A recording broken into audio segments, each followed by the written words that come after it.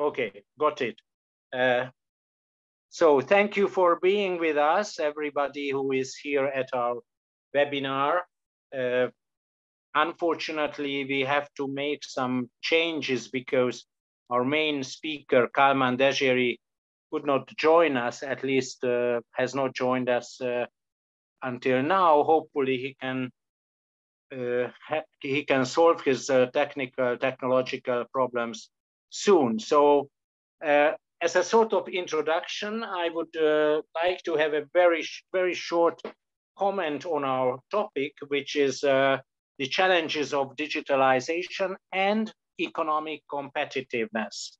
So I think this is a subject we very rarely touch upon, and which is actually much more important than many political analysts would think about. And this issue today is part of our webinar series when we touch upon different issues which are connected to the challenges of the 21st century or the 20s of the 21st century, when we face a very different political environment, a different world, and we face many political issues and economic and cultural issues, identity issues, and so on, which are new, relatively new compared to previous eras. But we will discuss this statement actually, because it's also a question whether these problems we face today are really new, or are they issues which we have already dealt with for many years, but maybe they have a different forms, but maybe they have the same content. So let me start with the first remark that digitalization actually has changed our everyday lives already for 15 years. Starting with the use of computers, our human and political relations went through a complex transformation. Today's social problems often seem to be very different to the conflicts and challenges, but do we really suffer under the negative consequences of the digital world? Or perhaps we will come out stronger from this evolution or revolution, if you want. Actually, many argue that politics have also changed following increasing atomization, tribalization, polarization, new identity formations, and these processes are deeply connected to technological development. While this new epoch has brought us opportunities we have not even dreamed about many years ago, and our lives have become not only much faster and much more efficient, but also easier from many respects if we actually analyze our new lives compared to our reality 2 decades ago. So digitalization has begun in the spheres of the economy and communication. Current trends make us believe that we will live in a brave new world where automation and artificial intelligence will be the driving forces, not only in our close environment, but perhaps even regarding our private living conditions, and that they would determine our happiness and maybe the fate of the mankind. This common impression has grown significantly recently. During the pandemic, this has extremely accelerated. There is a shift towards a society where people not only work, but talk and act, perhaps even exist, mostly in an online virtual reality. My second point is that still we have to face big changes, not only at theoretical, political, and cultural levels, but from the aspects of the basic starting point, and that is the economy. There is a question how the ongoing digitalization will influence the economic performance and competitiveness, especially in the case of the European Union and the United States of America. will these entities, countries, will they ensure the values and liberties to survive, which are shared by liberal democracies and which are threatened by emerging rival concepts and practices spread by regimes like China, which are based exactly on strong economic progress using new technologies. Moreover, will economic change with potential growing inequalities, divergent level of necessary knowledge based for future well-being, and offering different opportunities to access to information for citizens, well, will this economic change strengthen resentment and nostalgia? And will these processes lead us to societies with growing internal tensions? These are basic questions for political analysis of digitalization and economic competitiveness. Well, just my last remark, there is a general view, maybe a conspiracy theory, that our fate is inevitable because of the primacy of technology over politics. I think we should not believe in a dystopia. Our guests will hopefully make it clear that smart governance at global, regional, and national levels do have a chance to make our digital future bright enough. So with these introductory words, I would like to pass the floor to our experts, to our guests, who were so kind to accept our invitation to this webinar. I think that Kálmán Dezséri is still not with us, who is a policy officer at the European Commission in Brussels, but he's also a member of our Hungarian Europe Society. So let's wait for him. Hopefully he will join us. But then let's start with Ivar Tallo, who has some strong points, as I read his written contribution on the same issue. Ivar is an expert. He's an independent director at the, if I pronounce it correctly, NCJSC State Corporation Government for Citizens in Kyiv, in Ukraine. And after him, our second speaker will be Šárka Prat, who is an old friend of our Hungarian Europe Society. She has already participated at other events organized by our NGO. She is the executive director of the Institute for Politics and Society in Prague. So what I would like to suggest, independently from the absence of Kálmán at the moment, that Ivar, please go ahead with your presentation, 8-10 minutes long, hopefully, and then Šárka will react, and then we will see whether Kálmán, who wrote the original first piece, might join us as well. So Ivar, the floor is yours. Yes, thank you, István. Well, greetings first of all to you, and I'm sorry you had István to put up with this kind of title. I mean, this is one of the titles that I have, but I'd rather say, I mean, first this organization, it's a huge government corporation, but it's in Kazakhstan. I spent, well, 1/10 of my time with this. I'm mostly nowadays independent sort of expert enjoying life, but I'm best known, maybe I created Estonian e-governance academy. And I have actually some rather good memories from Hungary. I was in 95, 96, I was working in Budapest in Institute for European Studies. It's in Var.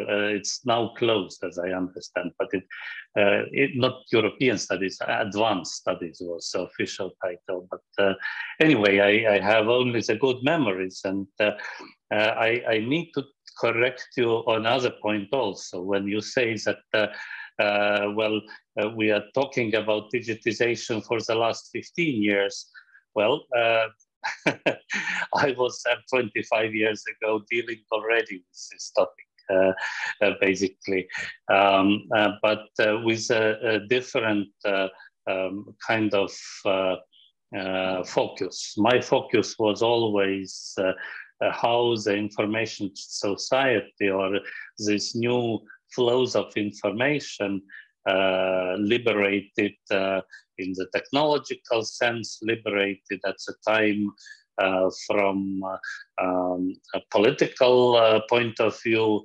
I mean, the collapse of the Iron Curtain and so on.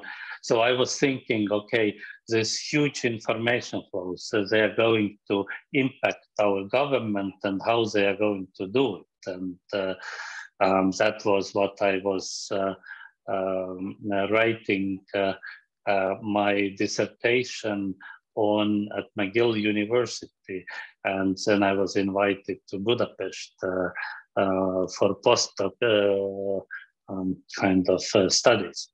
But yes, mostly even then the talk was about economy and question of competitiveness. Just to remind, I wrote it in my paper also, the reference, but there was in European Union or European, whatever it was called at the time, common market, there was a commissioner, Martin Bangen. He was former German Minister of Industry, and he was interested in this information society things exactly because he thought that this is something that is going to influence a lot of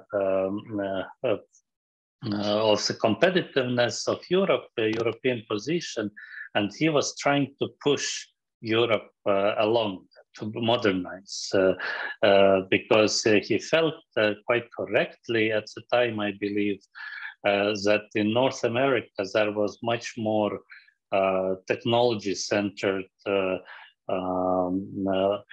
production going on. I mean, I think today it is much less, but I remember I was working both, well, in Budapest, there were computers in our institute. In Germany, there were. I was in Mainz in Institut für Europäische Geschichte, and I used the paper, this kind of cards, you know, to find the books. Whereas in Canada, where I studied, there was everything was computerized already. I mean, so it was on this kind of personal experience level and of course economic level and so on. When I'm thinking of Kálmán's papers, and I mean these things what he brings up are well, all good, all very important. The question is what for? So let's hope that he's coming to, so we can ask this question more precisely. But I think these changes are really profound. They were already profound 25 years ago. But then it was more for few of us to look at this and say, well, guys, it's going to be big. I remember my professors at McGill were telling me that, oh, to drop the topic, you don't want to become Alvin Toffler. I mean, we are proper university here. We don't deal with some kind of futurologists. And now we are all have become the futurologists. And so this is really remarkable. And this merits clearly much more discussions than we have now. But I mean, that is very good that you have initiated some of it. So when I'm thinking to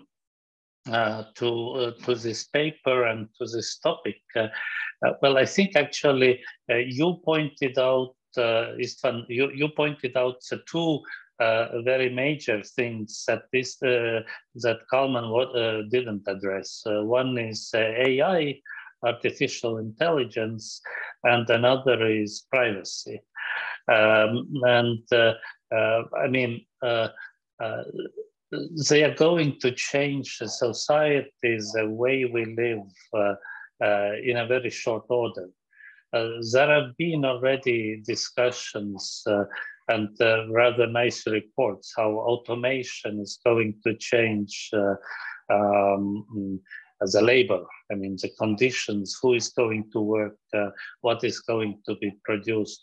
And basically the same way as mechanization did get rid of the blue-collar workers. It is now the path to get rid of most of the need of the white-collar workers is actually quite visible with these chatbots and other ways. I mean, we have in between the last 100 years created rather complicated societies with complicated administrative apparatuses to organize these societies, but we can now hide the complications or this kind of complexity. We can hide the complexity into the softwares, and so we don't need that many people doing the bureaucratic jobs that is not so exciting, maybe. Well, hopefully they will be doing this other part of the bureaucratic jobs or the policy one that really is interesting. But let me talk a little bit about this privacy, which I think, by the way, would also one of the predictions that hasn't happened, but I wrote about 10 years ago that one of the new industries is going to be privacy protection, that it should, or there is an avalanche of new data. Now everybody agrees with that, but how to defend from it? And there is this, Europe is saying that, we will have, and we are having this regulations, general data protection regulation, which is a very huge achievement in one sense. Americans have been more pragmatic. It's the private sector that has been doing this and saying that, okay, we know how to best regulate everything. I mean, the Facebooks and Googles and so on. And actually, well, they don't. They do it in their very interest. So, but I don't think that the European response is actually adequate. I think that none of the government-led response that we have seen actually over the last half a century is good for the new situation.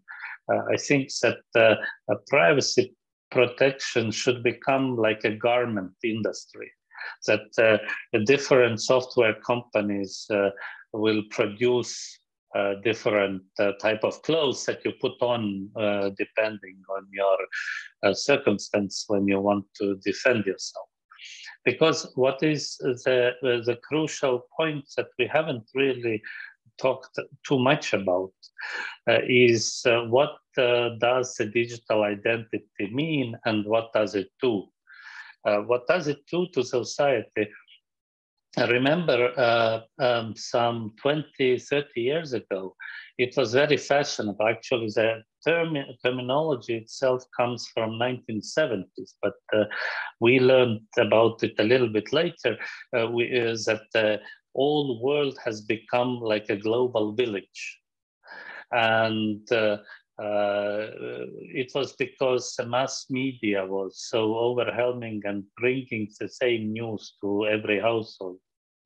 I think actually this what has happened nowadays with the social networks is much more like a village, but it's not one village, but it is multiple global villages for people.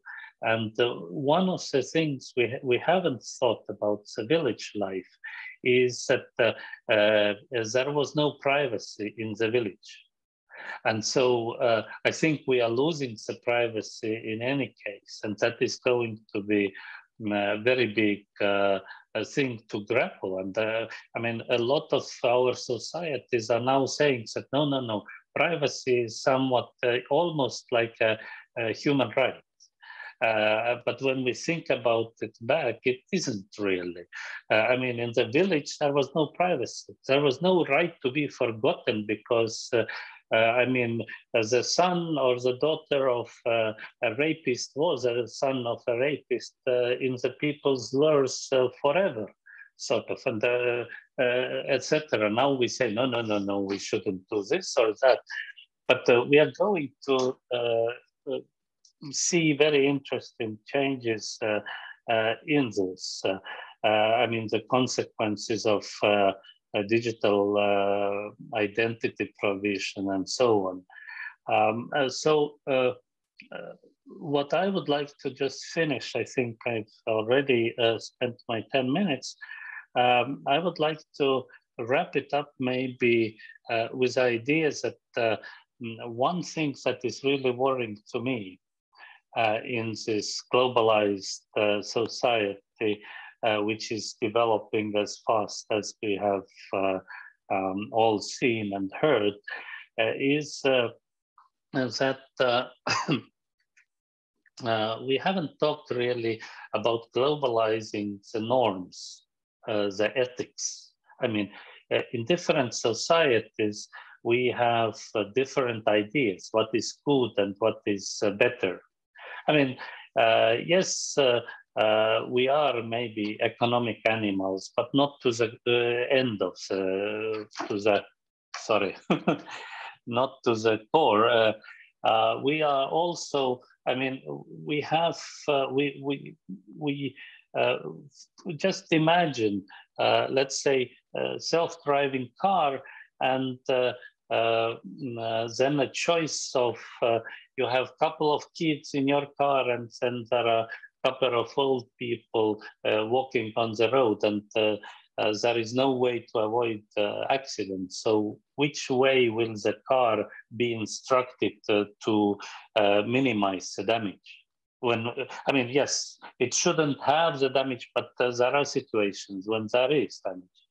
I think some of the Eastern societies actually value older people and their wisdom more than younger people. In the West, we value the younger people much more than the older people in some ways. So I'm not trying to debate where or what, but I'm just trying to say that there are these different values. I mean, you feel it in your society a little bit that you are maybe not moving along the same way as the French are or whatever, with many value proposals.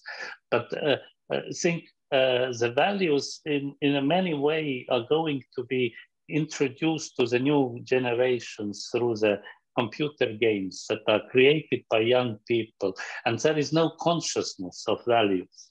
And I'm actually really frightened about this part of the global, this kind of information society. Therefore, I'm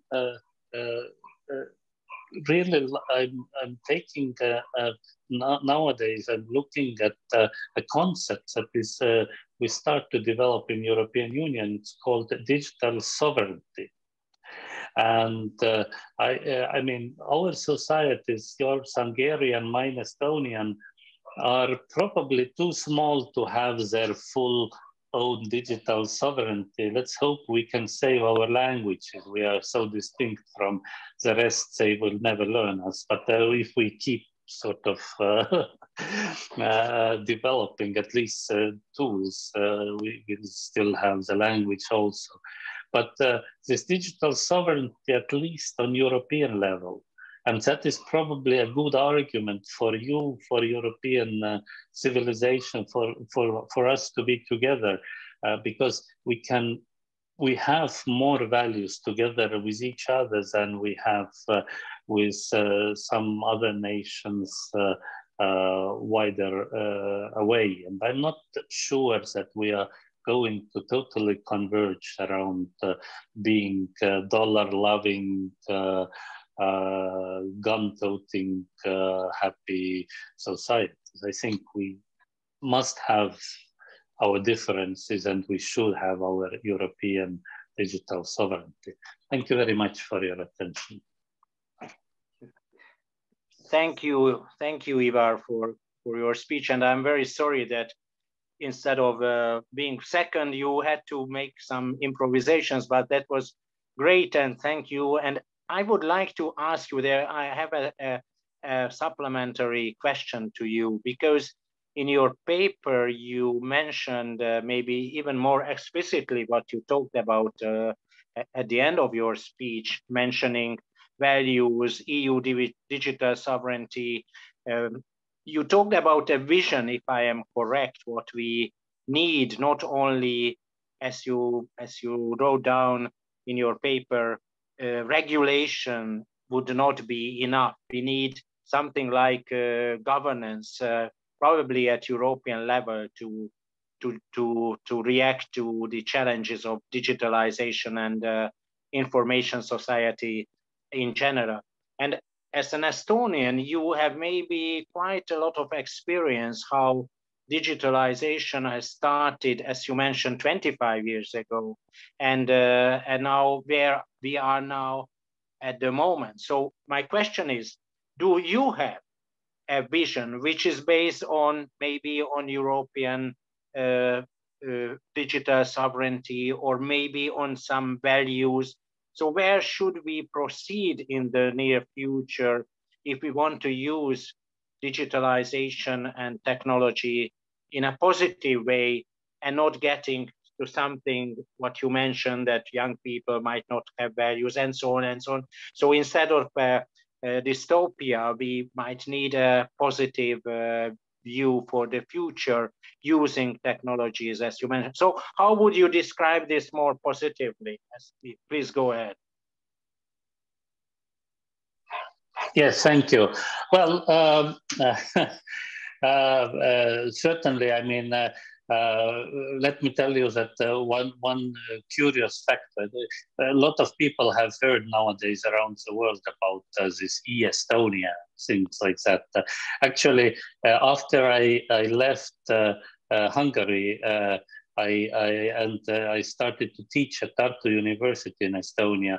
I was invited to provide a paper on information society and government for Estonian government, and the government likes the paper so much it gave it to the parliament, and back in 1997 it became this kind of basic principles of information policy, which started kind of or was one of these biggest stepping stones for e-Estonia. So I have seen my vision at that point realized in later life, which is, thinking that the changes actually take, especially this kind of global changes, take a long time, is quite a privilege to see this taking place. Now, when we think about henceforth from today, I think that actually Kálmán could have and should have even stressed even more the crucial nature of these changes. I mean, think about this, if the productivity goes even more up. I mean, already we have a lot of people who do not, how many of us are still working in agriculture? 5%. I mean, it is a very small part of our national GDP that is provided by agriculture. At the same time, without food, we would not be able to survive when we look in this way, right? Now, also, but this shows that sort of the production has become so intensive that we cover the basic needs with a very small amount of people. We have been fairly successful channeling the rest of the people also to some productive use, because in history we have seen in the better climate places what happens or has happened. I mean, Malthus described it very well, that wars was the way to kind of find or creates a new balance. I mean, you just kill excess people. So what is going to be the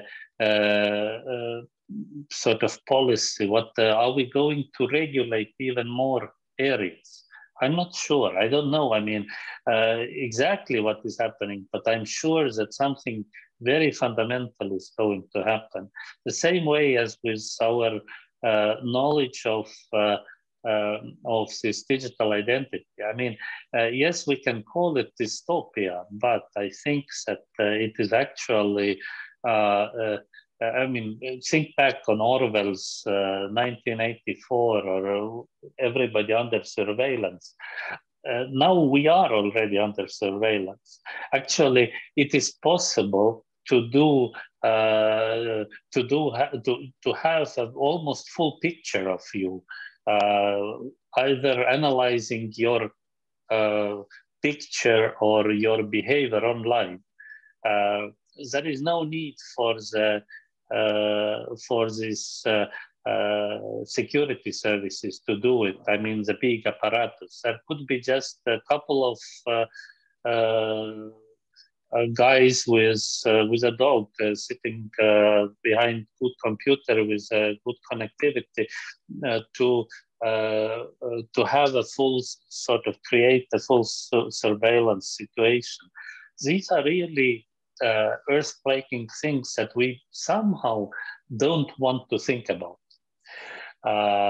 We start to think a little bit. I was very much afraid of the economic developments for a while, but the last news from G7 are actually quite good. That I mean, they agreed on the, some kind of 15% tax at least, because it was totally, I mean, your small producers, our small producers, everybody has to pay whatever the tax rate is, usually 20 to 30%, somewhere in this range. And then the Google's, Amazon's, whatever, Mac, or the Apple company, they pay nothing. Nothing at all. It's not just. It is totally unjust. And we somehow have said, okay, fine, we'll take more from you and me, and let these big companies to live. But now we are kind of fighting back as a policy, as a polity, as a human body deciding what we want the life, not the big companies. So in that sense, again, I mean, for as Estonians, as Hungarians, we are too small to do something about it, really. But with European Union, I think there is a chance, and I think it is going to that way. But it is clear, and we can see it not only in European Union, we can see it the messy politics of India. I've lectured on this kind of changes in the IT in India for like last 10 years in many places. And when people have asked me, okay, how do you how do you kind of describe it? I say, well, look, India is better not to think the thought as a country. It is also like Europe, lots of different civilizations, lot of different communities, and it is a huge number of layers of harmonization. How we need to sort of be able not to kill each other, but talk to each other. And so the technology, I hope, will, in the next 10 years, provide ways that will reduce the alienation between us and the power. But at the moment, it has maybe increased it, and because of the transparency alone doesn't really change the governance. The governance is changed when we actually understand what to do with this information, when we learn, and that is a generational change that has to take place. And I think it is already taking place. I mean, when we look at this, what was a Swedish girl, Emma Thunborg or whatever, who was advancing these environmental ideas. I mean, we can't think of 14 years olds or 16 years olds voicing this kind of global concerns in previous history. It is just something that is happening now. Let's give some time. I mean, this Kálmán's paper had also, remember, and I remarked it, that it is kind of like a fourth industrial revolution. And there is nothing new there except the speed itself of the change. But I think, well, let's give it a little bit more time, and we might see new, really very basic changes. Okay. Sorry. Yeah, no, it's very important what you discussed. Let me go back what you mentioned, the G7 summit, because when we are talking about global tendencies regarding information society and economic competitiveness, how a sort of global governance might react to the challenges, including big techs, and how to bring back the primacy of politics over the economy. I think that's important, and that might also include a cooperation, not simply a hostile relation to economic actors and big players, but at least a strong political vision, what we would like to have, and fair competitiveness in the case of the economy. And now we are getting closer to Sharka,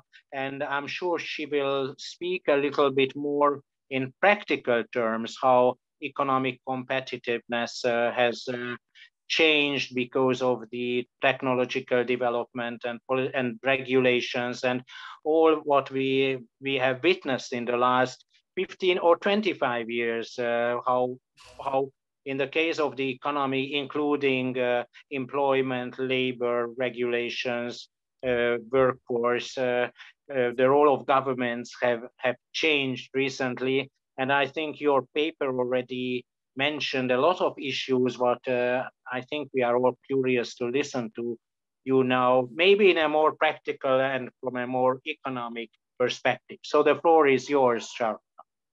Thank you. Good evening, everyone. Thank you for kind introduction. And yes, I absolutely agree that the digitalization is here with us, like during 15 or to 20 years. But I still think that the COVID-19 crisis can be seen as a turning point for the digital sector. And as Kálmán has shown in his paper, digitalization can accelerate economic competitiveness. And he very well stressed that economic competitiveness and the digital transformation of society can have profound social consequences. And thus, it's really interesting to explore this point a little bit further. And we can ask, how can we think about the human being in this digital transition? And is what I would start would be like school versus online education. Because as the author underlined, the new types of relationships reduce the roles of social institutions, such as the state, the church, parties, unions, clubs and associations. And these social institutions are considered as socializing institutions. A socializing institution is involved in the primary and secondary socialization of individuals. And socialization is a very important process during which individuals learn and internalize norms and values. And this process takes place from birth and continues throughout people's lives and experiences. And during primary socialization, individuals internalize norms and values through the first instances they come into contact with, such as the family or school. And this is a crucial time for children because the effects of primary socialization remain deeply rooted in people's way of being and thinking. And thus the process of socialization during childhood is crucial for the construction of identity. And when the author stressed the loss of influence of social institutions, such as the state or the church, he implied that people no longer need social institutions and must turn to technology. And in addition, I believe Kálmán doesn't mention the school as a social institution. However, the school is a fundamental instance of socialization.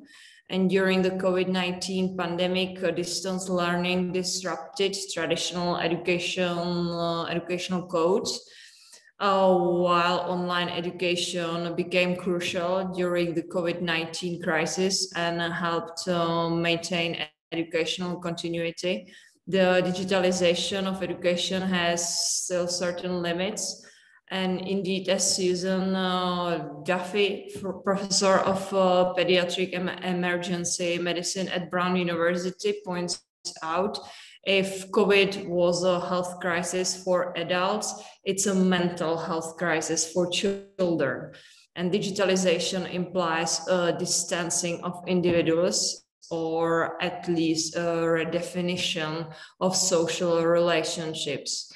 And since the beginning of the crisis, many students are suffering from symptoms of depression due to isolation, dropping out of school, loss of bearings.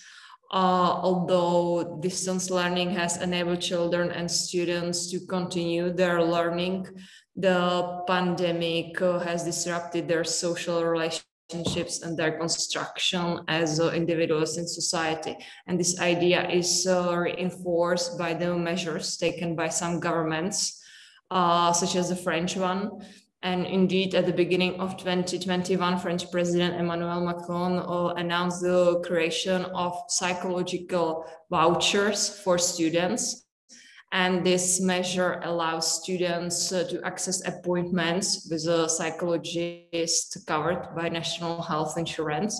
And the implementation of this measure gives an insight into the social reality of the health crisis. And the COVID-19 crisis and the increasing use of digital tools have social consequences that shouldn't be underestimated. Although digitalization is necessary and useful, it has a social and psychological impact on individuals. And therefore, it seems necessary to think about the relationship between the digital and the human, and the place of the human and the inclusion of individuals in society must remain a priority. And the place of man and machine must be clearly established to avoid what Emil Durkheim called social anomie as a social disorder, the absence, confusion, or contradiction of social rules. And after school, we enter the labor market, and it's very interesting to think about work in the digital age. And there are two fundamental problems, so unemployment and inequalities. And work is seen as a determining factor in people's lives. It helps to define individual identity and plays a fundamental role in terms of integration and social cohesion. And as a philosopher Dominic Meda demonstrated, work is fundamental in the creation of individual identity, and it allows each person to become aware of his or her social usefulness, to become an integral part of society. And this idea is also reflected in the words of social psychologist Maria Jahoda, Czech one, or when she states that the work imposes a temporal structure on life, and it creates social contacts outside the family. It gives objectives that go beyond one's own goal, and it defines social identity and forces action. And however, as Kálmán pointed out, digitalization is transforming the structure of the labor market. While digitalization will create new types of jobs, it will also result in a loss of jobs, as many jobs will be destroyed and not replaced. Thus, in the context, the consideration of unemployment is essential. And unemployment is not just a mathematical curve that measures the employability rate of a society, but it reflects a very concrete social situation, and it has a negative impact on society and social exclusion mechanisms, such as the stigmatization of the unemployed person. And sociologist explains that the unemployed tend to enter a situation of dependency that leads to social disqualification and ultimately to social exclusion. And the unemployed are stigmatized, which in a way accelerates the process of social disqualification. Therefore, social policies aimed at better integrating individuals may appear necessary to limit the effects of job loss in the digital age. And inequalities must also be understood in the perspective of the process of digitalization of society. Like some economists would explain that robotization and the introduction of technology into the labor sector are destroying low-skilled and industrial jobs. At the same time, profits are retained by the owners of capital, resulting in inequalities between them and the workforce. Thus, the labor market becomes bipolar between those who are highly skilled and those who are not, which increases the disparities between the different socio-professional categories. And so what I would really want to also mention at the end was what Kálmán said regarding the digitalization and religious issues, because the author mentions the reduction of the role of church or religious institutions in general. And the religious fact is a theme regularly dealt with in the European news. And it's interesting to ask the question of the future of religion in the digital age. Indeed, Europe has been experiencing a process of secularization since the 19th century. A contemporary of the 19th century, Max Weber, described the phenomena that have emerged over the last few centuries. And he theorized about the disenchantment of the world, or the idea that the explanation of things by magic and religion is replaced by a rational and scientific explanation. And Emil Durkheim went even further, and he proposed a differentiation between traditional societies where the relationship to religion and the community is strong, and modern societies where the collective consciousness is weakening. Thus, religion loses its influence in modernized society.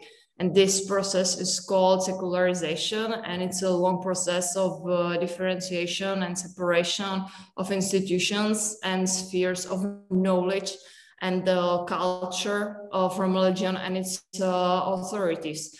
And although modernity shows a growing loss of influence of religious institutions in the life of Europeans, digitalization doesn't mean the death of religiosity. Digitalization can even encourage development of religious phenomena, and as Kálmán highlighted, the digitalization of society affects employment and risks reinforcing the inequalities between those who will be able to adapt to the digital era and those who will not. And in this context, it's quite possible to envisage a revival of religion in order to reassert itself in a changing society. And a revival of religion doesn't mean that religious institutions become more powerful, but rather that individuals turn to religion to strengthen their identity. And in France, for example, Lagrange explains that the importance given to religion is linked to inequalities, school failure, unemployment, and segregation. And when there is inequality or unemployment, people find it difficult to integrate into society. Thus, while work is a source of cohesion, when it's not, people turn to something else. And for this reason, many people turn to the religious and the sacred. Thus, the revival of the religious is a way of asserting oneself in an unequal society. And Kálmán highlighted the impact of digitalization on unemployment, wages, and social inclusion and exclusion, and the media.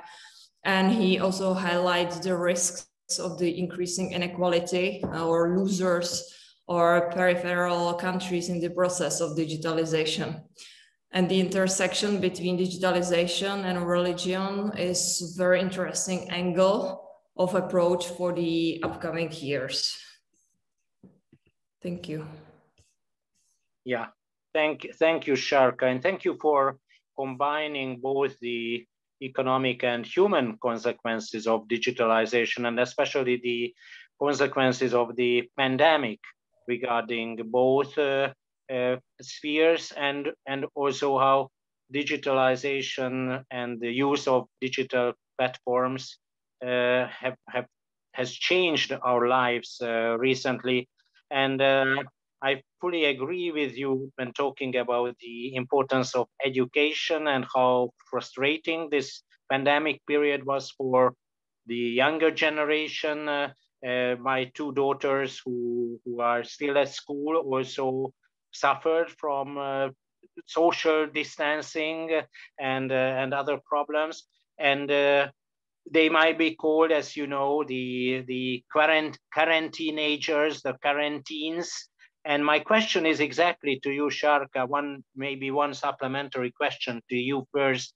Do you think that this period of the pandemic, which might be over if we are optimistic and maybe realistic sooner or later, will it have a long-run impact on our lives, or do we find a sort of new balance sooner than maybe we would think right now, a new balance between our digital world and personal life, what we all wanted to go back actually during this pandemic, to meet friends, to talk in person to people, not having Zoom webinars, but having real conferences and workshops. So what do you think? Will we have a better balance sooner between the problems of digitalizations and the advances of the digital world? Thank you for this question. I believe that we will find a new order, but it depends on individuals and on each country, because it will be for some for example, companies, it will be much easier, but for some of them it will be harder, because if there are the companies which can fully communicate or work online, and they already had some technical equipment and it was for them natural to communicate through the technologies, then there is just the question of changing their working place. But if there are the companies where you have to be actually present at work, or even worse, when there is a combination that half of the employees have to be there while half of them not, and there is just one manager who has to like manage both like sides, then that's kind of challenge. And it's absolutely like there are not people who would be schooled for that, or they would get some like advice how to behave in this situation, and no one was prepared for this situation. So we have to learn everything while everything is happening. And so it's really about the readiness of the companies, individuals, and even the states. And I think the biggest challenge will be also for the children at schools, because for some of them, it's just lost year, because they didn't have the opportunity to study as they would have when they would be presently physically at school, because just their environment didn't allow it. And that's the problem, which can cause actually bigger differences between the students. And then because it lasted quite long, that can be quite difficult to overcome. Okay, so we might have a complicated period ahead of us. Now, I think that Kálmán Dezséri is with us. Can you hear us and join us, Kálmán? Are you here? Maybe if you unmute yourself, but I saw I can see you, but you are still muted. Now, maybe, go ahead. I cannot hear you, I cannot see you, and cannot hear you. Something is still wrong with your technology, I guess. You said that your computer had a problem. It would be a pity not to listen to your views. But unfortunately, no voice and no picture. I would suggest to go on without you, and you might, Kálmán, think about whether you log out and log in again. That might help. It often helps, but you are more a digital person than I am, so it's up to you how you try to join us. Whenever you succeed, just stop us, and then I will know that you are with us. But I talk like an anchor during a sport event when there is an accident, but I stop here, and maybe I ask the audience whether there is any question from the participants. I haven't found any in the Q&A section. Maybe Andrei, that's you who wants to say something. Andrei Shkolkai. Hello, everybody. I just posed some questions. Maybe we could discuss in the future, maybe not now. I don't know whether now, virtual reality, augmented reality, and artificial intelligence, because it's also about digitalization, which is now maybe more relevant because digitalization is ongoing for maybe 20 years now, right? So I didn't find there much in these papers about these aspects: artificial intelligence, virtual reality, augmented reality, all these aspects. That's my comment. Thank you. Okay, I think I give the floor to both of you. Maybe Sharka, you want to react first. Artificial intelligence is certainly, for us who are really amateurs in this topic, something what we don't understand, we have fear of, but it's coming, or it's already here. So Sharka, what would be your comment to Andrei's proposal? I absolutely think that's the future for us. Our government is like developing a new program regarding the artificial intelligence, because there was a like white paper published by the European Parliament, and there is like a strategy for what we want to reach in artificial intelligence in 2030 and then 2035. And the Czech Republic, I'm from the Czech Republic, they actually made their own progress regarding this issue, and we just found out that we are still quite lacking in this direction, even when we know that it can move us so much farther regarding even the e-government and regarding the other fields. Unfortunately, I think that the artificial intelligence has so many aspects, and the problem of the countries are that they have to target on a certain levels which they can reach in the short time, then in longer time, and then some longer prospects. And the problem, for example, in the Czech Republic is that thanks to the change of the government, which changes each 4 years, we are never able to reach those long prospects. Yeah, well, it's always a problem in politics to think in the long run or just for the government cycle. But this might be maybe solved if we put the issue on a more regional or even European or global level. But it's certainly a question to Ivar as well. And may I mention the problems of China and regarding digitalization in general, but maybe is there a threat from the side of China using even artificial intelligence or any other methods or tools which might be dangerous for our future? Ivar, the floor is yours. Just a sec, okay. Is there a threat from China? I think there could be, but as I said, the threat could be just from a couple of guys with good computers somewhere else. We don't really know. Of course, bigger economic powers have more chances to create a lasting impact. And let me return just with, not to be on the abstract level as I was before, but the concrete things that stand behind this abstraction. So I talked about the privacy, I talked about the digital identity, and we all talked about artificial intelligence. Now, artificial intelligence itself, it covers so many things that I would not maybe touch it here further, but let's say the learning algorithms and what they have done is really something to think about in terms of digital identity, for example. It was less than 10 years ago, like maybe 8, 9 years ago, that human eye was regarded much more efficient at identifying complex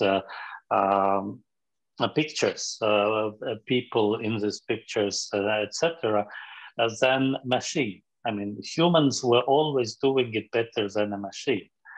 And it was only 6 years later, somewhere maybe even less, 5, 6 years later, when the algorithms not only took over the human capacity, the machines running the algorithms, but we've come to the place, I mean, the Chinese, when you wanted the example from China, installed this face recognition technology already into the payment systems. So that I think it was like 4 years ago, you could already, or 3 years ago, you could pay in McDonald's in Beijing with a blink of an eye. Basically, you just smiled and said, yes, that is what I want. If your bank account was tied to your face. So is it a threat? not as such. I mean, devil is always in details, but to think that you know, we have all used this free storage space to put our photos. I mean, there are estimates that some of the companies have more than 2.7 billion people identified and can do a lot of things with these databases. So, I mean, is it a threat by itself? Well, not necessarily, but at the same time, I think that we haven't really talked about it too much, and I think we should. And yes, European Commission is doing quite a good job. I mean, the previous speaker just mentioned about this discussion paper, the regulation, AI regulation that is now and coming from European institutions. And it is actually rather quick this time. But I say it is the same as I characterized this general data protection regulation. I think it's not an answer, sufficient answer. We are facing the we are facing the situation where we cannot regulate it with laws. We have to regulate it with policies, and it might sound funny a little bit for in the first moment, but it isn't so. I mean, in the law, you can kind of say, okay, this is good and this is bad, and draw some line.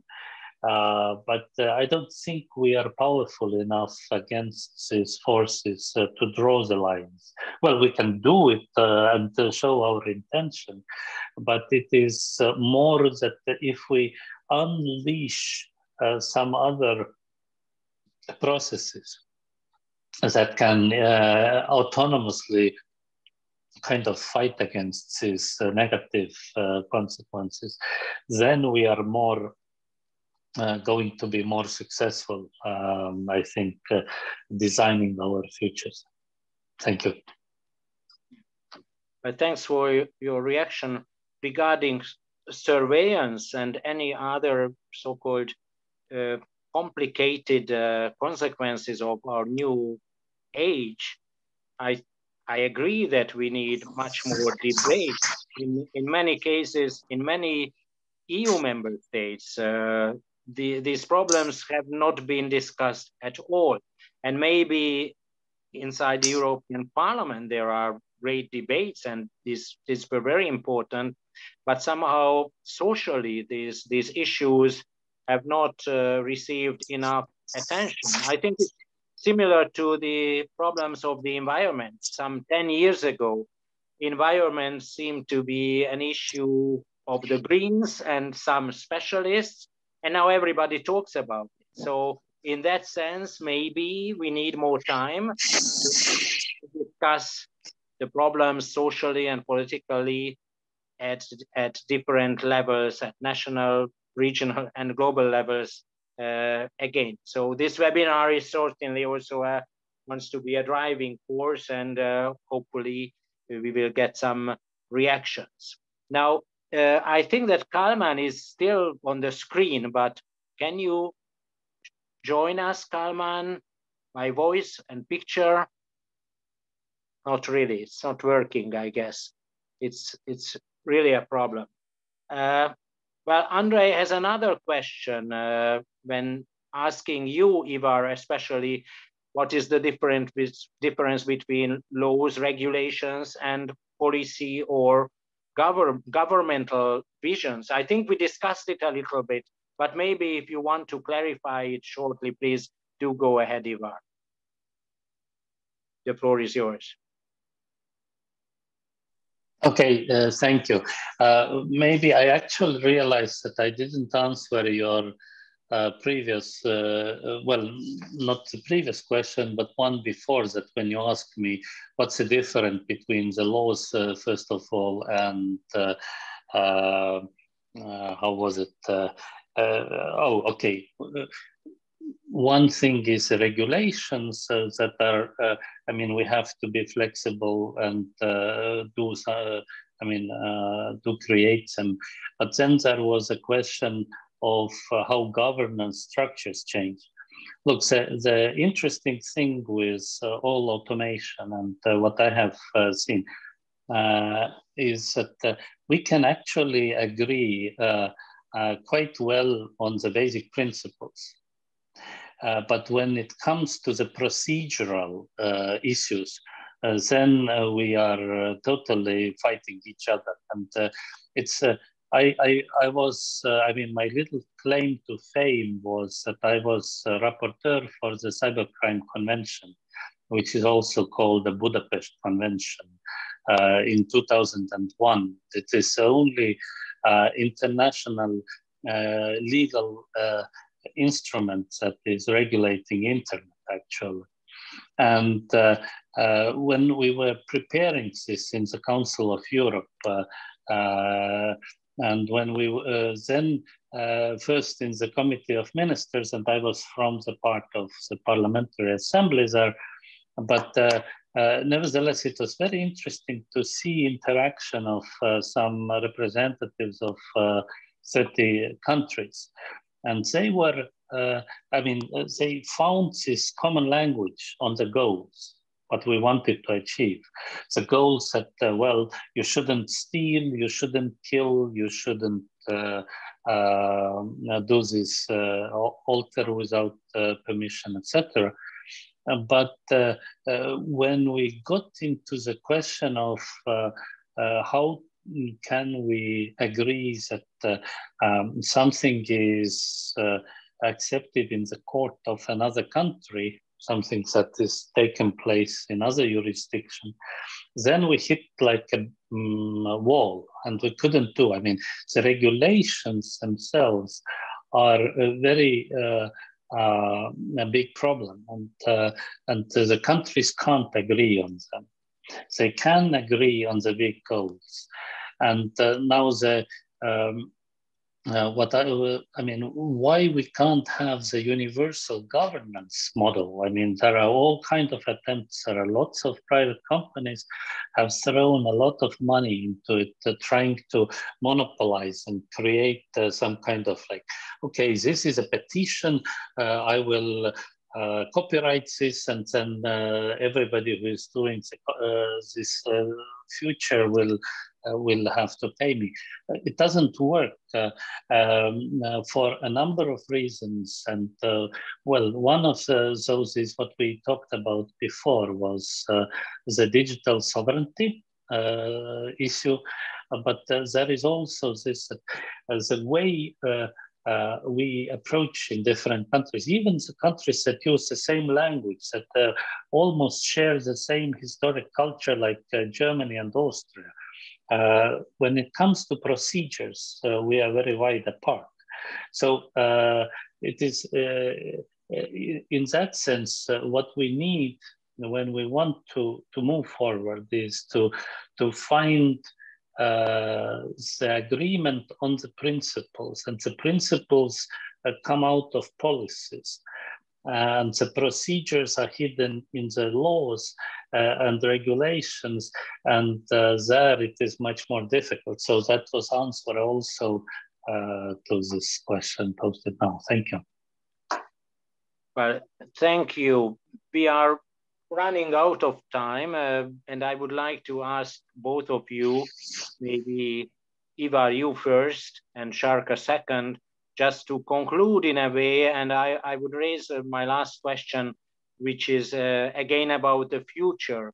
And I think when we talk about digitalization, artificial intelligence, losing jobs or getting new jobs, making new jobs because of digitalization and social inequalities and all these issues, education and so on, it reminds me to the general approach how we see social media and internet and how we saw it 20, 30 years ago when everything started, and we were maybe more optimistic, and a sort of enthusiasm has evaporated recently, and there are much more critical voices today than 20 years ago. But maybe I should remind ourselves that this meeting is possible only because we do have internet and we have a Zoom platform, and there are many probably positive sides of this technological and social change where we live in. So my question is, how would you conclude regarding this whole process, all changes we live in if you have again a sort of vision, now not political vision, but maybe a human vision, where we are heading right now. So should we be more optimistic or pessimistic about our future? Ivar, the floor is yours. Okay, let me first say about pessimistic thing. I mean, the artificial intelligence has already been introduced into the different warfare things. And we really, I mean, I think last week was the first time I heard sort of a concrete example of drones with autonomous capacities being used in, I think, in territory of Libya. And that is frightening prospect. I mean, we don't know where it all can go, and whether the generals will have sufficient state of mind to have safeguards and also listen to the civilian politicians who probably would be much more responsible. Because, I mean, for the military, when something has been built to kill, then it should fulfill its purpose, right? Despite all the nice talks that we have around it. So I think that is clearly a big negative that is frightening thought. But on the other hand,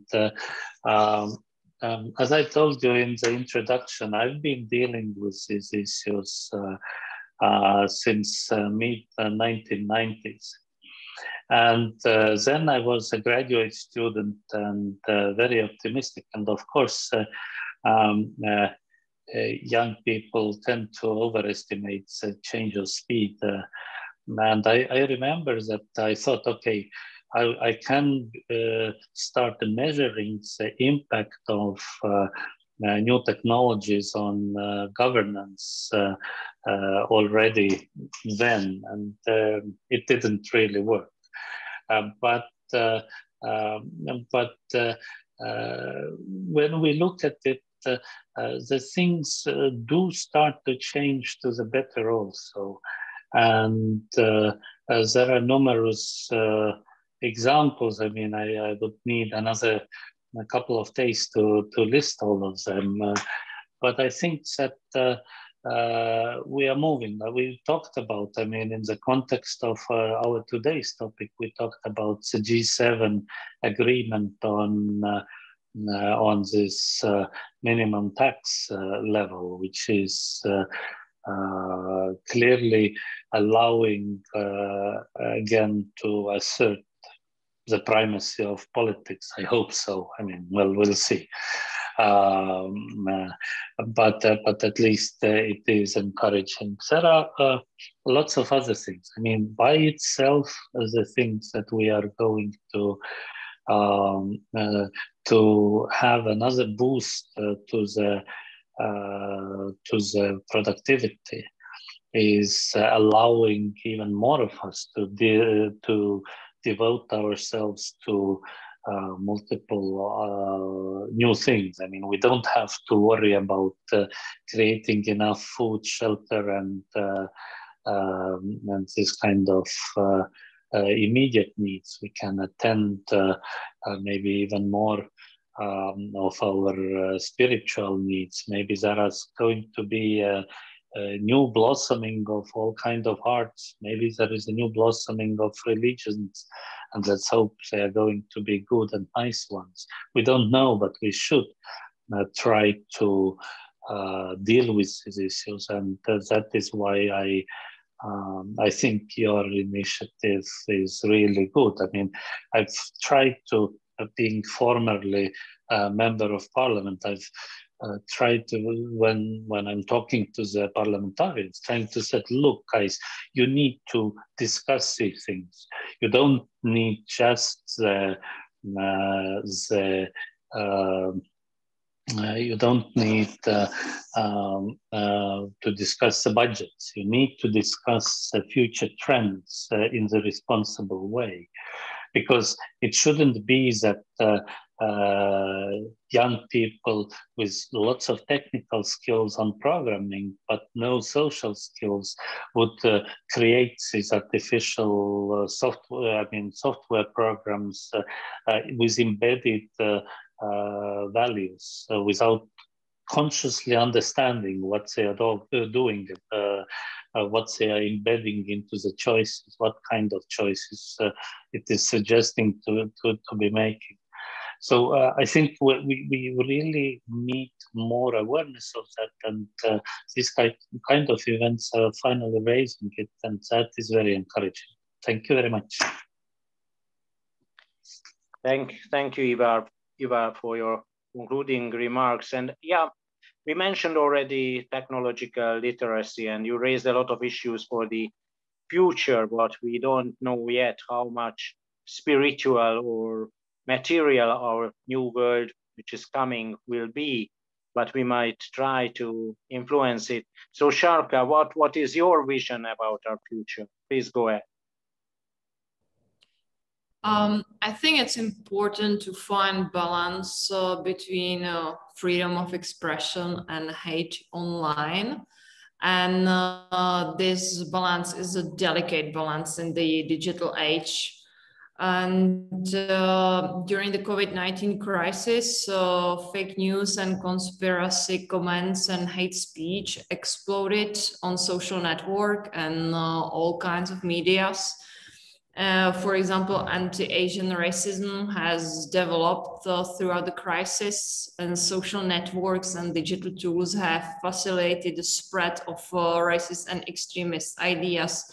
And the Conspiracy Observatory has created the Conspiracy Watch. In this website, a map is available to list conspiracy-related comments, statements, and remarks during the COVID-19 crisis, and social networks have been the scene of this hate.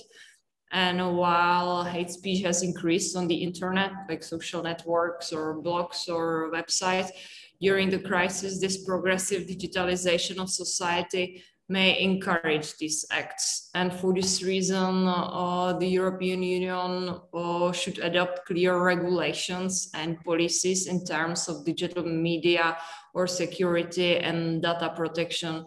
But I think we are still in a long run for this one.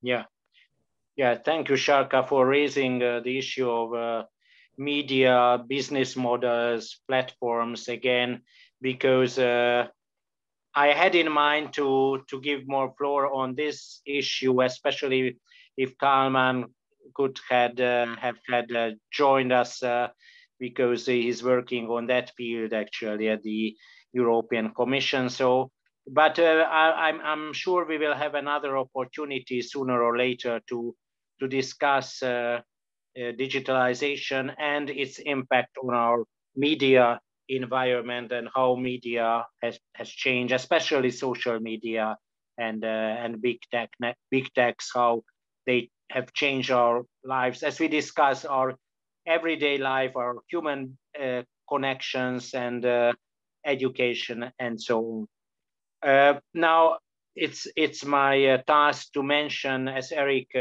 already sent me a message, not to forget to thank the US Embassy in Hungary for making this event possible with its sponsorship. And I also would like to thank both of you, Ivar and Šárka, for joining us and for your papers and for participating at the webinar.